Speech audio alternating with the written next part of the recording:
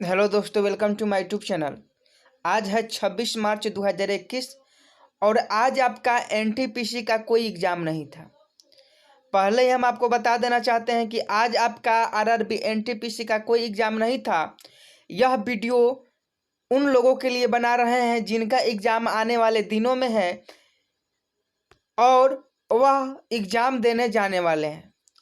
तो उनके लिए यह वीडियो बहुत ही महत्वपूर्ण है क्योंकि इसमें आपको 100 जीके और जीएस के महत्वपूर्ण इंपॉर्टेंट सेलेक्टेड रिपीटेड क्वेश्चन मिलेंगे जो आपके एग्जाम में पूछे जाने की पूरी पूरी संभावना है। यहाँ से अगर आप इस वीडियो को देख कर जाते हैं तो लगभग 10 से 12 क्वेश्चन ऐसे होंगे जो आपको इस वीडियो से आपके एग्जाम में देखने को मिल सकते हैं।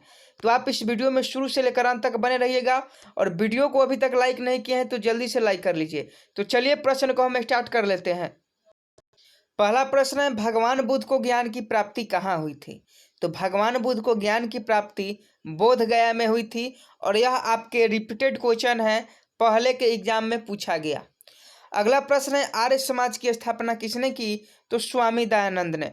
आर्य समाज की स्थापना स्वामी दयानंद ने की, तो इसका राइट आंसर स्वामी दयानंद हो जाएंगे। अगला प्रश्न आपके एग्जाम में पूछ सकता है कि पंजाबी भाषा की लिपि कौन सी है? तो गुरुमुखी पंजाबी भाषा की लिपि है। अगला प्रश्न आपके एग्जाम में पूछ सकता है कि भारत की मुख्य भूमि का दक्षिणतम किनारा कौन सा है? यह पूछा भी गया प्रश्न है। कुछ दिन पहले यह प्रश्न पूछा गया था कि भारत की मुख्य भूमि का दक्षिणतम किनारा कौन सा है? तो कन्याकुमारी है। Kanyakumari will be right answer. जिन लोगों का भी एग्जाम आने वाले दिनों में है उनके लिए यह वीडियो बहुत ही महत्वपूर्ण है। अगला प्रश्न पूछ सकता है कि भारत में सबसे पहले सूर्य किस राज्य में निकलता है? यह कुछ दिन पहले पूछा गया प्रश्न है।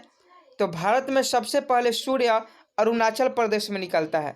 भारत में सबसे पहले सूर्य अरुणाचल प्रदेश में निकलता है। अगला प्रश्न है, साइंस का कि इंसुलिन का प्रयोग किस बीमारी के उपचार में होता है? इंसुलिन का प्रयोग किस बीमारी के उपचार में होता है? तो मधुमेह। मधुमेह बीमारी के उपचार में इंसुलिन का प्रयोग किया जाता है और यह पीछे पूछा गया प्रश्न है। तो सभी क्वेश्चन इसमें आपको सिलेक्टेड और रिपीटेड क्वेश्चन मिलेंगे जो एनटीपीसी ने पहले ही पूछ चुका है, क्योंकि आप सभी जानते हैं कि रिपीटेड क्वेश्चन आपके एग्जाम में बहुत ज़्यादा पूछे जाने हैं, इसलिए सभी क्वेश्चन पर आप लोग का कमांड होना आवश्यक है। तो आप इस वीडियो को देखकर जाते हैं तो 10 से 12 क्वेश्चन आपका क्लियर हो जाएंगे। अगला प्रश्न है, बिहू किस राज्य का प्रसिद्ध त्यौहार है? तो असम का बिहू प्रसिद्ध त्यौहार है। अगला प्रश्न पूछ सकता है कि कौन सा विटामिन आंवले में प्रचुर मात्रा में मिलता है? पूछ क्या सकता है, यह पूछा गया प्रश्न है कि आंवले में विटामिन कौन सी विटामिन प्रचुर मात्रा में मिलती है? तो विटामिन सी। सभी खट्टे पदार्थों में विटामिन सी प्रचुर मात्रा में मिलती है। अगला प्रश्न पूछा गया है कि भारत का प्रथम गवर्नर जनरल कौन था? तो विलियम बेंटिक जो है और भारत का प्रथम गवर्नर जनरल था। अगला प्रश्न आपके एग्जाम में पूछ सकता है कि कागज का आविष्कार किस देश में हुआ था? तो चीन। कागज का सबसे पहले आविष्कार चीन देश में हुआ था। अगला प्रश्न है, गौतम बुद्ध का बचपन का नाम क्या था? गौतम बुद्ध का बचपन का नाम, यह रिपीटेड क्वेश्चन है, 2 बार यह आपके एनटीपीसी के एग्जाम में पूछा गया है। तो आप लोग इस याद रखिएगा कि गौतम बुद्ध का बचपन का नाम सिद्धार्थ है। अगला पूछा गया प्रश्न है, भारत में सशस्त्र बलों का सर्वोच्च सेनापति कौन होता है? भारत में सशस्त्र बलों के सर्वोच्च सेनापति कौन होता है? तो राष्ट्रपति। भारत में सशस्त्र बलों का सर्वोच्च सेनापति राष्ट्रपति होता है। अगला है, रतौंधी किस विटामिन की कमी से होती है? तो रतौंधी जो है वह विटामिन ए की कमी से होती है। रतौंधी किस विटामिन की कमी से होती है? विटामिन ए की कमी से। अगला पूछा गया प्रश्न है कि पोंगल किस राज्य का त्यौहार है? और यह ज़्यादा दिन नहीं, 2-4 दिन पहले एग्जाम था जब उसी दिन पूछा गया था कि पोंगल किस राज्य का त्यौहार है? तो पोंगल जो है आपका तमिलनाडु राज्य का त्यौहार है। अगला प्रश्न है, गिद्धा और भांगड़ा किस राज्य का लोक नृत्य है? तो गिद्धा और भांगड़ा पंजाब का लोक नृत्य है। यह आपके एग्जाम में पूछे जाने की पूरी पूरी संभावना है क्योंकि यह क्वेश्चन अभी तक नहीं पूछा गया है। तो आप इसे याद रखिएगा कि गिद्धा और भांगड़ा पंजाब का लोक नृत्य है। अगला प्रश्न है, टेलीविजन का आविष्कार किसने किया था? तो जॉन लोगी बेयर्ड ने। जॉन लोगी बेयर्ड ने टेलीविजन का आविष्कार किया था। अगला है, भारत की पहली महिला शासिका कौन थी? रजिया सुल्तान इसका राइट आंसर हो जाएगा। यह क्वेश्चन रिपीटेड है, प्रीवियस ईयर क्वेश्चन। अगला प्रश्न है, मछली किसकी सहायता से सांस लेती है? तो गल्फरों की सहायता से मछलियां जो है वह सांस लेती है। अगला है, इनकलाब जिंदाबाद का नारा किसने दिया? भगत सिंह। यह भी क्वेश्चन आपके एग्जाम में पूछा जा चुका है। अगला प्रश्न है, जलियांवाला बाग हत्याकांड कब हुआ, कहाँ हुआ था? तो 1919 ईस्वी में अमृतसर में जलियांवाला बाग हत्याकांड हुआ था। 1919 ईस्वी अमृतसर में जलियांवाला बाग हत्याकांड हुआ था। अगला है, 1939 में कांग्रेस छोड़ने के बाद सुभाष चंद्र बोस ने किस दल की स्थापना की? तो 1939 में कांग्रेस छोड़ने के बाद सुभाष चंद्र बोस ने फॉरवर्ड ब्लॉक की स्थापना की। अगला प्रश्न है कि पंजाब केसरी किसे कहा जाता है? इंपॉर्टेंट क्वेश्चन पूछा गया प्रश्न। तो पंजाब केसरी लाला लाजपत राय को कहा जाता है। लाला लाजपत राय को पंजाब केसरी के नाम से जाना जाता है। अगला है, सैंडर्स की हत्या किसने की थी? भगत सिंह। सैंडर्स की हत्या किसने की? भगत सिंह ने की। अगला प्रश्न है, 1857 ईस्वी के विद्रोह में किसने अपना बलिदान सबसे पहले दिया? मंगल पांडे। 1857 ईस्वी के विद्रोह में किसने अपना बलिदान सबसे पहले दिया? मंगल पांडे ने दिया। अगला प्रश्न है, भारत की पहली महिला राज्यपाल कौन थी? सरोजिनी नायडू। भारत की पहली महिला राज्यपाल कौन थी? सरोजिनी नायडू। तो सरोजिनी नायडू इस प्रश्न का राइट आंसर हो जाएगा। अगला है, पूछा गया प्रश्न है, माउंट एवरेस्ट पर 2 बार चढ़ने वाली पहली महिला कौन थी? यह कुछ दिन पहले ही फरवरी के महीने में यह क्वेश्चन पूछा गया था। माउंट एवरेस्ट जब हम एग्जाम एनालिसिस करवा रहे थे तो आप इस प्रश्न को देखे भी होंगे कि माउंट एवरेस्ट पर 2 बार चढ़ने वाली पहली महिला संतोष यादव थी। अगला प्रश्न है, ब्रह्म समाज की स्थापना किसके द्वारा की गई? तो राजा राम मोहन राय के द्वारा ब्रह्म समाज की स्थापना की गई। अगला प्रश्न है कि स्वामी दयानंद सरस्वती का मूल नाम क्या है?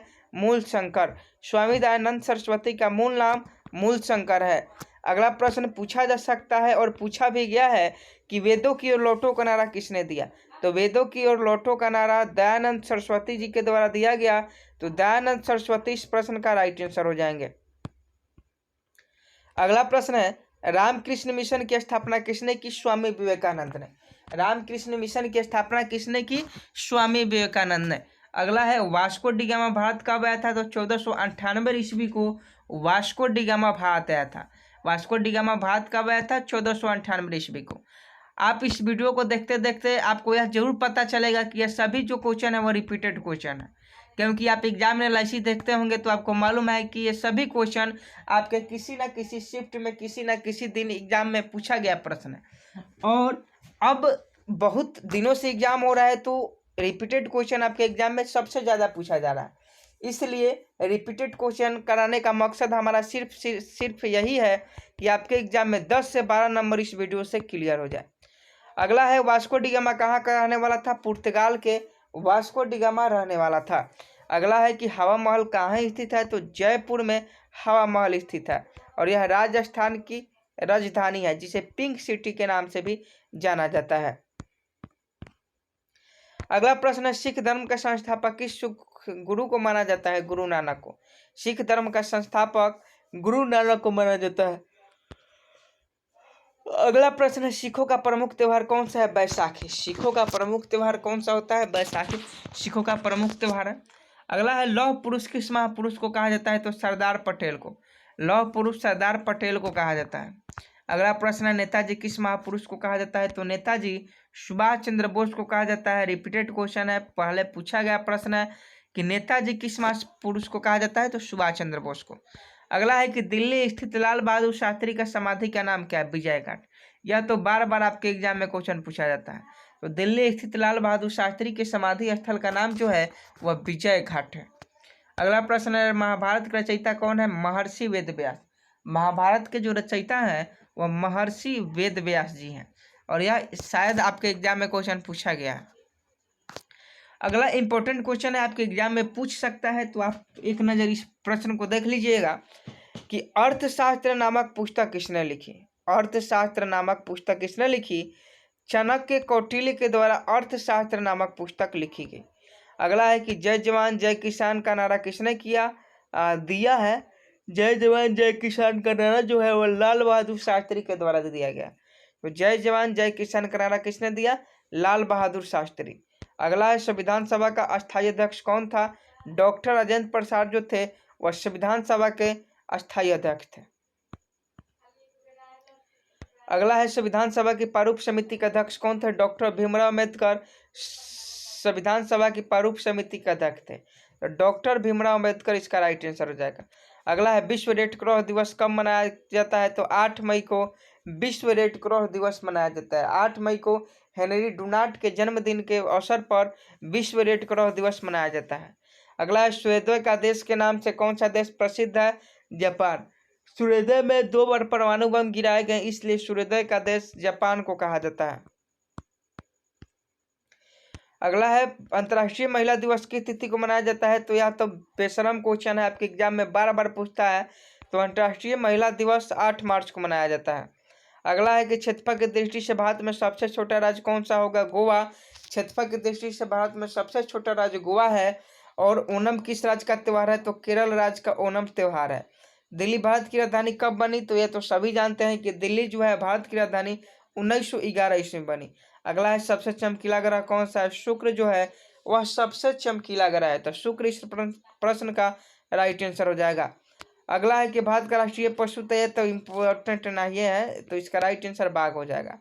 तो अभी तक हम लोगों ने 50 क्वेश्चन किए। आज के वीडियो में 85 क्वेश्चन रहने देते हैं। अगर आपको इसके 50 क्वेश्चन और करने हैं तो आप हमें कमेंट बॉक्स में ज़रूर बताइएगा कि सर 50 क्वेश्चन भी करवा दीजिए, अगर आपका भी एग्ज़ाम है तो। और जिन लोगों का भी एग्ज़ाम है वह वीडियो को ध्यानपूर्वक देखिएगा, एक एक बात को ध्यानपूर्वक समझिएगा, रिपीट कर करके भी वीडियो को देखिएगा, क्योंकि यहाँ से आपके एग्जाम में 10 से 12 नंबर प्रश्न आपके पूछे जाएंगे। 50 क्वेश्चन करवा दिए, 50 क्वेश्चन और आप करना चाहते हैं तो आप कमेंट बॉक्स में लिखिए कि सर 50 क्वेश्चन भी करवा दीजिए, तो हम आपके लिए उसका भी वीडियो बना देंगे। और इस वीडियो को अगर अभी तक आप लाइक नहीं किए हैं तो गलती कर रहे हैं, आप इस वीडियो को जल्दी से लाइक कर दें। जो लोग चैनल पर नए हैं वो चैनल को सब्सक्राइब कर ले, क्योंकि आप अपना चैनल है। मिलते हैं नेक्स्ट वीडियो में, तब तक के लिए जय हिंद जय भारत।